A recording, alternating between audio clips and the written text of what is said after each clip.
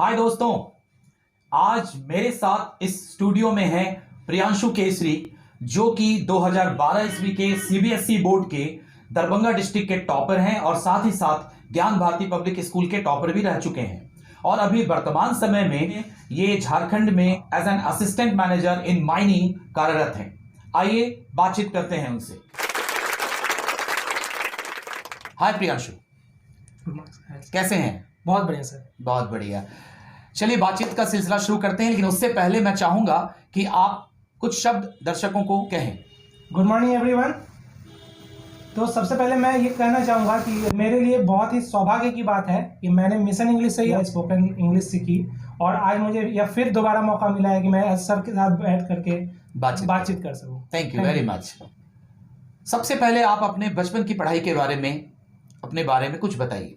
मेरा नाम प्रियांशु हुआ और मैंने जो भी अपनी पढ़ाई है, जो कि नर्सरी से लेकर क्लास 12 तक की पढ़ाई है, वो सारा दरभंगा से ही पूरा किया हूँ। उसके बाद मैंने अपनी ग्रेजुएशन जो है वो बीटेक इन माइनिंग से कंप्लीट की और आज मैं एक माइनिंग इंजीनियर हूँ और मैं एक पीएसयू पब्लिक सेक्टर अंडरटेकिंग और कोल इंडिया, जो कि वर्ल्ड की सबसे बड़ी माइनिंग इंजीनियरिंग कंपनी है, उसमें एज ए असिस्टेंट मैनेजर कार्यरत हूँ। बहुत बढ़िया, बहुत बढ़िया, बहुत अच्छा लग रहा है आपसे बात करके। आज चलते हैं थोड़ा फ्लैशबैक में पीछे। जब आप बहुत छोटे थे, आपने अपनी पढ़ाई शुरू की जी। आपकी पढ़ाई की कुछ यादें, कुछ आप शेयर करना चाहेंगे दर्शकों के साथ? शुरुआती दौर की पढ़ाई जो आपकी हुई, स्कूलिंग। मेरी जो शुरुआती पढ़ाई शुरू हुई, अपनी जो प्राथमिक जो मेरा स्कूल रहा वो मनस्थली पब्लिक स्कूल रहा। मैंने नर्सरी से लेकर के 5 तक की पढ़ाई की। इसी बीच मेरे दादाजी जो थे वो मेरे पढ़ाई में उन्होंने एक अहम भूमिका निभाई है और वो मेरे हमेशा परफॉर्मेंस को ऑब्जर्व करते थे। इसी बीच हुआ क्या, जब मैं क्लास 2 में पहुंचा, तो जब मैं क्लास 2 की परीक्षा दे चुका था फाइनल, उसके बाद मुझे क्लास 3 में जाने का समय आया, तो दादाजी को कुछ मेरे में ऐसा दिखा कि उन्होंने सोचा कि नहीं, ये क्लास 3 में ना जा करके इसको डायरेक्ट 4 में किया जा सके, प्रमोट किया जाए। तो उन्होंने मेरे प्रधानाध्यापक जो कि श्री विजय कुमार झा सर हैं, मनस्थली पब्लिक स्कूल के जो प्रिंसिपल थे, उनसे बात किया। 3 को छोड़ के डायरेक्ट क्लास 4 में एडमिशन लिया और जो मनस्थली का इन्वायरमेंट भी था वो काफ़ी इंस्पायरिंग था और काफ़ी कम्पिटिटिव था और वहाँ भी मेरा परफॉर्मेंस में कोई गिराव नहीं दिखा और दिन प्रतिदिन मैं अच्छा करता गया। बहुत बढ़िया, बहुत बढ़िया। ज्ञान भारती के आप टॉपर हैं एंड एज वेल एज आप दरभंगा डिस्ट्रिक्ट के टॉपर हैं सीबीएसई बोर्ड के 2012 के। तो जब आपका रिजल्ट निकला था और आपको ये पता चला कि आप टॉपर हैं, तो आपको कैसी अनुभूति हुई? How did you feel at that time? ये जो मोमेंट था वो मेरे लिए काफ़ी यादगार मोमेंट है, काफ़ी मेरे लिए प्राउड मोमेंट था। और क्लास 10th का जो रिजल्ट निकला, इसके बाद मुझे जिला स्तर पे भी सम्मानित किया गया। आपका नाम अखबार में भी आया। मेरा नाम अखबार में भी आया और ये काफ़ी प्रोत्साहित करने वाला लम्हा था मेरे लिए और मुझे आगे भी बहुत कुछ करने के लिए इसने प्रोत्साहित किया। बहुत बढ़िया, बहुत बढ़िया। ज्ञान भारती के बाद आपने अपनी पढ़ाई कहाँ से की? ज्ञान भारती के बाद मैं जैसे कि Gyan Bharati public school CBSE medium था, उसके बाद मैंने पढ़ाई जो कि दरभंगा का सीएम साइंस कॉलेज, तो उसमें मैंने अपना दाखिला करवाया फॉर इंटरमीडिएट इन साइंस।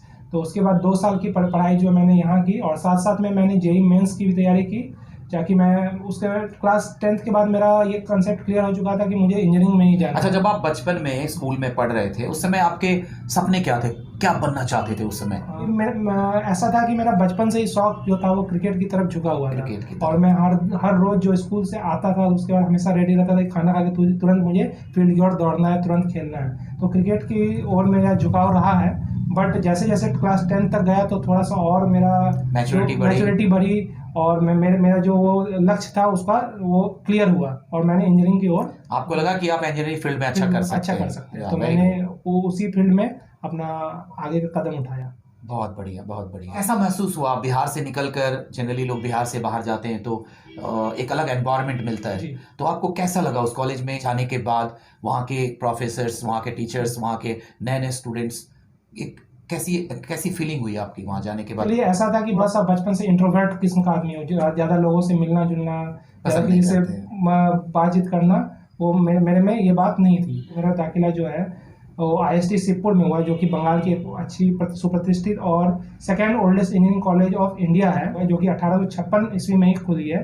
वहाँ दाखिला हुआ तो थोड़ा सा जो वो माहौल था, लोगों से मिलने में मुझे काफ़ी दुगुगाहट, थोड़ा हिचकिचाहट होती थी, जैसे कि आप जानते हैं कि बंगाल के जितने भी मैक्सिमम लोग हैं वो बंगाली बोलते हैं, और हम लोग बिहार झारखंड के ज़्यादा लोग हिंदी बोलते हैं। जो मैंने एक अच्छा स्टेप अपने लाइफ में लिया था, जो कि मिशन इंग्लिश में आके मैंने स्पोकन इंग्लिश का ट्रेनिंग लिया, इसका स्पोकन इंग्लिश पर्सनैलिटी डेवलपमेंट का कोर्स किया, तो ये चीज़ काफ़ी मेरे कैरियर में एक महत्वपूर्ण भूमिका निभाता है।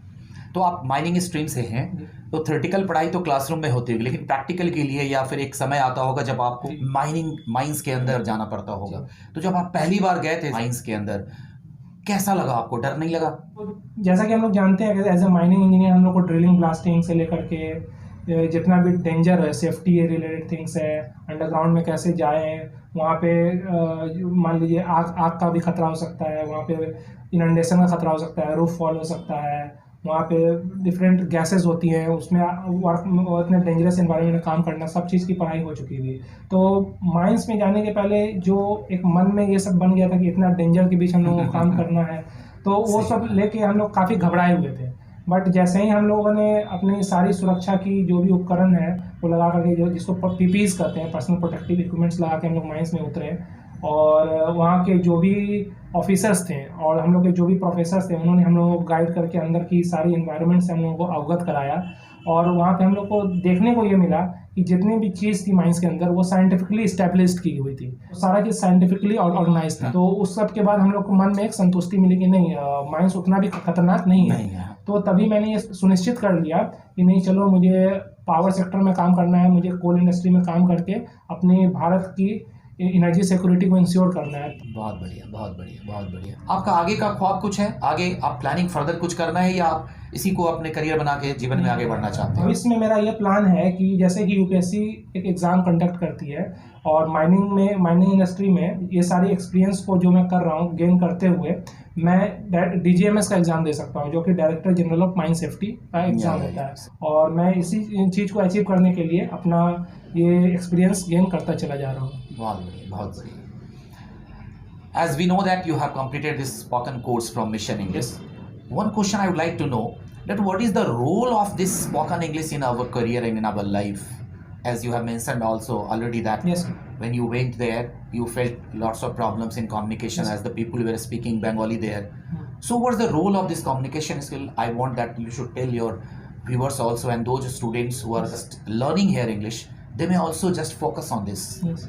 It plays a very vital role in making my career and boosting my career. One side, it enhances my confidence that I can speak anywhere and in front of anybody. कि अगर मैं सामने वाले के लैंग्वेज को नहीं जान रहा हूँ, if I am not getting the language of other people, like if they are speaking in their regional language like Bengali or Marathi or something, the English will help us to connect them very easily. So spoken English gave me very big confidence. It increased my confidence level, and it has boosted you. It boosted me, and it prepared me to talk with anyone and put my ideas and achieve my any target.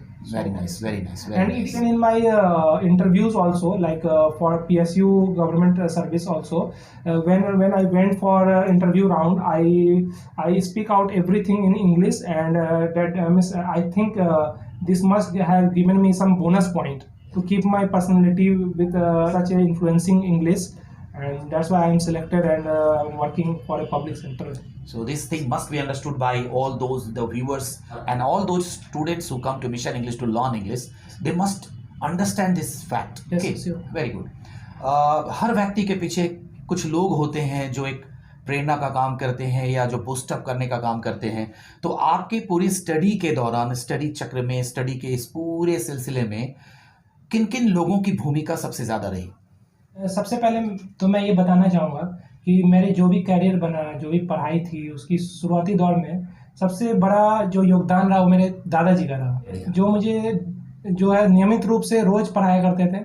उन्होंने मुझे translation, grammar, जो भी general knowledge है, जो भी maths है, जो भी इंग्लिश की जो भी चीज़ें थी, वो उन्होंने मेरा काफ़ी स्ट्रॉन्ग बेस बना दिया, और वो मुझे काफ़ी प्रेरित करते थे। और उसके बाद मेरे अंकल जी, जो कि दरभंगा के काफ़ी अच्छे मैथ्स के काफ़ी बड़े अच्छे टीचर हैं, इन्होंने हमेशा मुझे समय समय पे मैथ्स और साइंस में गाइड किया, और चाहे कोई भी प्रॉब्लम्स होती थी उसको किस तरह से कम समय में ट्रिक्स के अनुसार सॉल्व किया जाए वो बताते थे। इसके अलावा मेरे मम्मी पापा हैं, उनका काफ़ी योगदान रहा। मेरे जो प्रिंसिपल सर हैं श्री विजय कुमार झा सर, जो कि मनस्थली पब्लिक स्कूल के जिन्होंने बेस प्राध्यापक थे, वो मुझे काफ़ी बूस्टअप करते थे।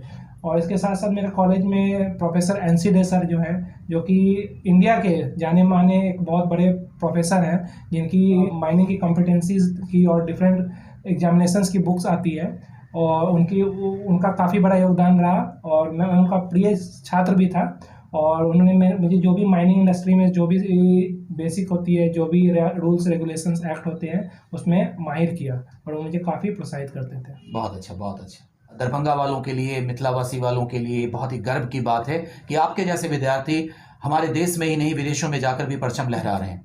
तो मैं चाहूँगा कि आप अपने जैसे युवाओं के लिए, अपने जैसे स्टूडेंट्स के लिए जो पढ़ाई कर रहे हैं, उनको कुछ संदेश दें, ताकि जो आपकी बातें होंगी उनके लिए एक प्रेरणा स्रोत बने। तो मैं यहाँ पे 2 पॉइंट्स रखना चाहूँगा। 2 पॉइंट्स उन सारी यंगस्टर्स के लिए बोलना चाहूँगा जो कि अपनी क्लास 10th की पढ़ाई कर रहे हैं, 12th की पढ़ाई कर रहे हैं, या फिर अपनी कैरियर की प्लान कर रहे हैं कि उन्हें किस फील्ड में जाना है। तो सबसे पहले 2 बात पे ध्यान दें, जो अवश्य दें, कि जो भी उनकी क्लास में पढ़ाई हो रही है उसको आप काफ़ी सीरियसली रूप से पढ़ाई करें, सीरियसली रूप से सुने। जो भी आपके प्रोफेसर्स, जो भी आपके टीचर्स पढ़ा रहे हैं, उसे अटेंटिव रूप से सुने, और घर पे आने के बाद उस पर एटलीस्ट एक रिवीजन मार ले, ताकि वो जो चीज़ आपने पढ़ा है वो चीज़ आपके माइंड में रह ले।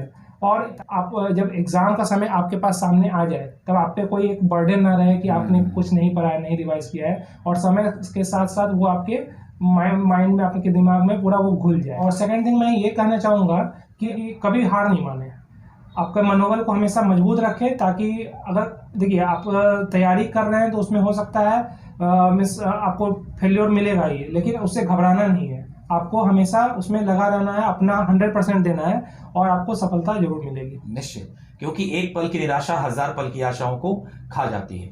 बहुत अच्छा लगा प्रियांशु जी से बात करके आज, और मुझे उम्मीद है कि ये बातें जो है हमारे दर्शकों के लिए, या उन व्यूवर्स के लिए, या उन युवाओं के लिए एक प्रेरणा स्रोत का काम करेगी। बहुत अच्छा लगा आपसे बात करके। Thank you very much coming to the studio. Guys, ऐसे और भी वीडियोस को देखने के लिए मेरे चैनल को सब्सक्राइब करें और आने वाले वीडियो का वेट करें। Thank you very much.